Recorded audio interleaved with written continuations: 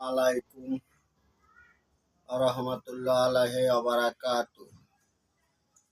আজকের বিষয়বস্তু,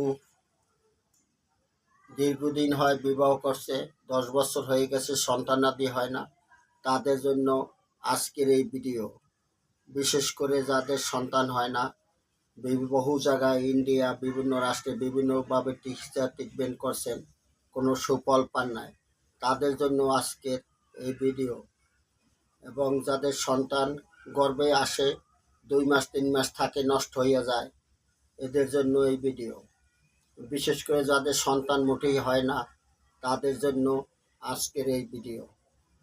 যাদের সন্তান হয় না, দ্রুত স্ক্রিনের এই নাম্বারে আপনারা যোগাযোগ করবেন এবং ভিডিওতে লাইক শেয়ার কমেন্ট করবেন। বিশেষ করে অন্যজনকে জানার সুযোগ করে দেবেন। আসসালামু আলাইকুম রহমতুল্লাহ আলাহি ওয়া বারাকাতুহু।